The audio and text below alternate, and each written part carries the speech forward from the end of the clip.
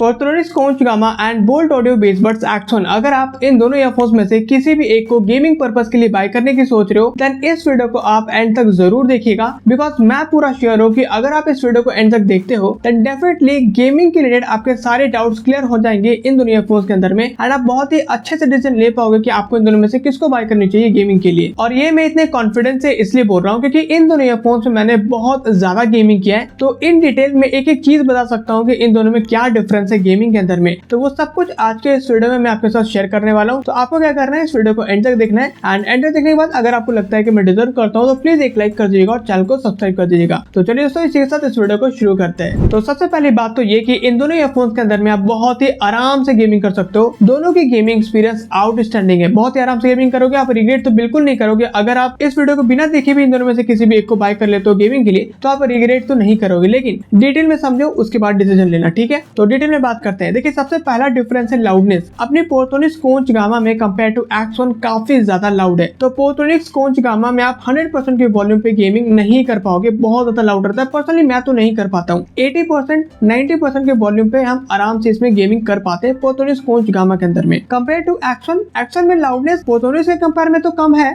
But honestly इसमें ना तो बहुत ज्यादा लाउडनेस है ना तो बहुत कम लाउडनेस है। तो 100% के वॉल्यूम पे हम बहुत ही आराम से एक्शन के अंदर में गेमिंग कर सकते हैं। तो ये था फर्स्ट डिफरेंस। अब सेकंड डिफरेंस की बात करते हैं। ये थोड़ा सा एक मेजर डिफरेंस बोल सकते हैं, बट इससे भी ज्यादा फर्क नहीं पड़ता है। तो डिफरेंस ये है कि देखिए जो गेम का साउंड होता है और जो फुट स्टेप्स का साउंड होता है उनमें जो डिफरेंस होती है ना वो दोनों में ही है। लेकिन जब हम डिफरेंस की बात कर रहे हैं तो पोर्टोनिक्स कोंच गामा में कंपेयर टू एक्शन कम डिफरेंस है। फुट स्टेप्स के साउंड में और गेम के साउंड में कम डिफरेंस आपको पोर्टोनिक्स से मिलती है, बट एक्शन में जो डिफरेंस है ना फुट स्टेप्स और गेम के साउंड में वो अच्छी खासी डिफरेंस है। तो ऐसा फील होता है कि एक्शन में ज्यादा बेटर क्लैरिटी है, बट ऑनेस्टली बता रहा हूँ जो फुट स्टेप्स के साउंड का सुनना होता है, मतलब कितने डिस्टेंस में एनिमी है एंड हमको एनिमी का फुटस्टेप मिल रहा है, एक्यूरेसी भी अच्छे से मिल रहा है, वो दोनों में ही एक जैसे हैं। तो मैं ये बोल सकता हूँ कि अगर आपको बेटर एक्सपीरियंस है ये गेमिंग के अंदर में तो एक्शन बेटर रहेगा compare to Portronics Konch gamma. लेकिन जैसा कि मैंने कहा कि भाई इन दोनों में ही गेमिंग एक्सपीरियंस आउटस्टैंडिंग है, आप दोनों में ही बहुत ही आराम से गेमिंग कर सकते हो। तो बस यही दो डिफरेंसेस मैंने एक्सपीरियंस किया जब मैं इन दोनों ईयरफोन्स में गेमिंग कर रहा था। तो ये मेरे एक्सपीरियंस है डिफरेंस के अंदर में, ठीक है। अब एक बात और बोलूंगा भाई, 400 रुपए के अंदर में ना सच बता रहा हूँ ऑनेस्टली ये दोनों ईयरफोन्स मुझे लगता है one of the best earphone है गेमिंग के अंदर में, क्योंकि यार जितने अच्छी एक्यूरेसी है फुट स्टेप्स की एंड अच्छी खासी डिस्टेंस में ही एनिमी की लोकेशन रिवील कर देती है दोनों ही ईयरफोन्स। तो हाँ मुझे काफी सही लगी ये दोनों ईयरफोन्स गेमिंग के लिए। लेकिन उससे पहले कि आप इन दोनों में से किसी भी एक को बाय करो, या तो मैंने इन दोनों ईयरफोन्स का डिटेल कंपैरिजन कर लिया होगा, अगर कर लिया तो वीडियो अपलोडेड होगा, अगर नहीं किया तो मैं बहुत जल्दी उसको करके चैनल पे अपलोड करूंगा। तो उस वीडियो को देखने के बाद ही आपको इन दोनों में से किसी भी एक को बाय करना है गेमिंग के लिए। ऐसा मैं इसलिए बोल रहा हूँ क्योंकि देखिए